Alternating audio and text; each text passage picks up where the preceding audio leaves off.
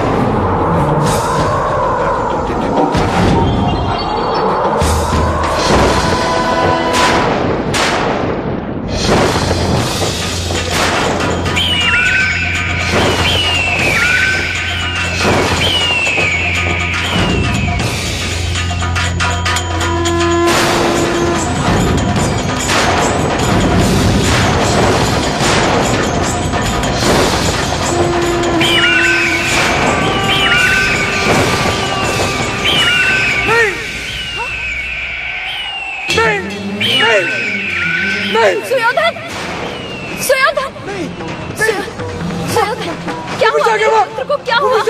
वो मुझे मार देगा माँ। सुयोधन मेरे पुत्र, उसने मुझे फिर से मारने का प्रयास किया माँ। वो मुझे मार देंगे, वो मुझे मार देंगे माँ। यहाँ कोई नहीं है सुयोधन, कोई नहीं है यहाँ पे पुत्र। छोटी मामा मुझे मार देंगे बेटा, यहाँ कोई नहीं है। सुयोधन, पुत्र, पुत्र, पुत्र, कोई नहीं है यहाँ पर। पुत्र तुम सुरक्षित हो। वो मुझे मार देगा सुयोधन, वो मुझे मार देगा माँ। मुझे बहुत भय लगता है, बहुत भय लगता है। जाने क्या हो गया मेरे सुयोधन को। भय बैठ गया है कुंती। राजवैद्य ने कहा था कि उस दुर्घटना का भय इसके हृदय में बैठ गया है। इस कारण मेरा पुत्र सो भी नहीं पाता। दीदी आप चिंता मत कीजिए, मैं हूं ना, मैं सुला दूंगी इसे। आप जाइए, सुशाला के कन्यादान का समय हो गया है ना, जाइए।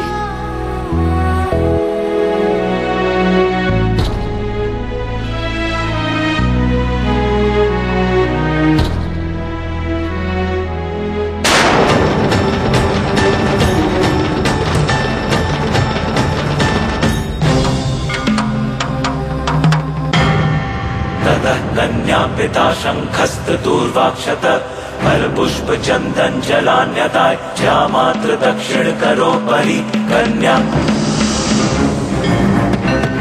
पितॄणाम निर्दिशयानंद ब्रह्मलोकावाप्त्यादि कन्यादान।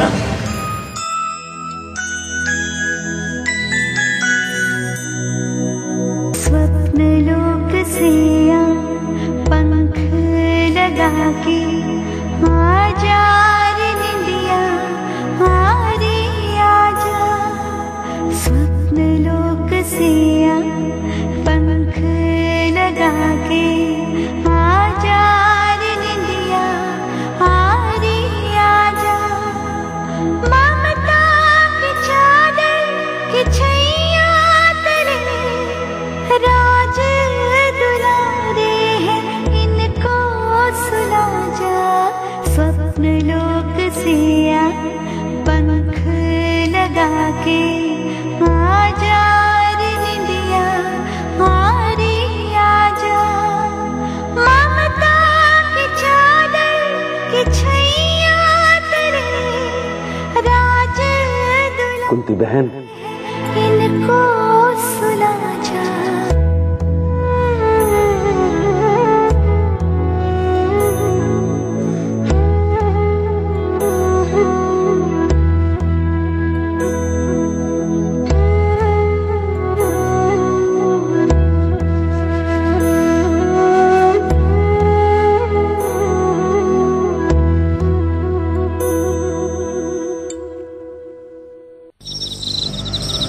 शकुनी भैया, आप कब आए?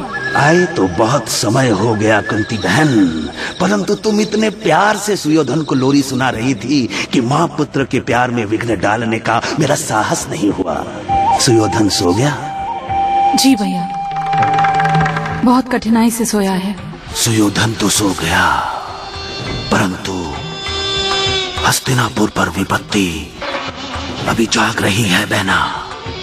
मैं समझी नहीं भैया। तनिक सोचो बहन, एक साथ इतना सब कुछ हो गया।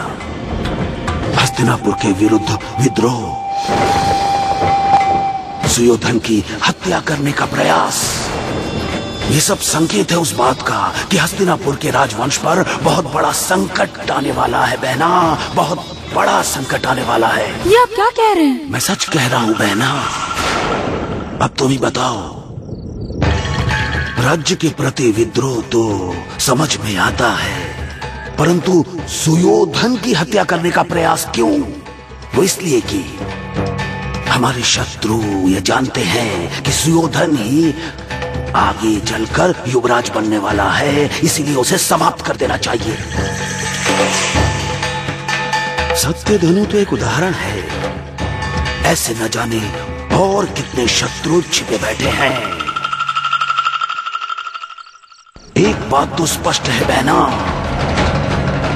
यदि सुयोधन युवराज बना तो उसके प्राण कभी भी नहीं भैया, नहीं, हमारे सुयोधन को कुछ नहीं होगा, कुछ नहीं होगा उसे।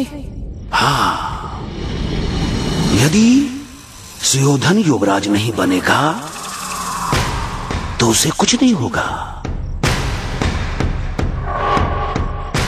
एक ही उपाय है, युधिष्ठिर को युवराज बना दिया जाए। वो कुल का ज्येष्ठ भी है और वो सदा वन में रहा है, इसीलिए हस्तिनापुर में उसका कोई शत्रु नहीं।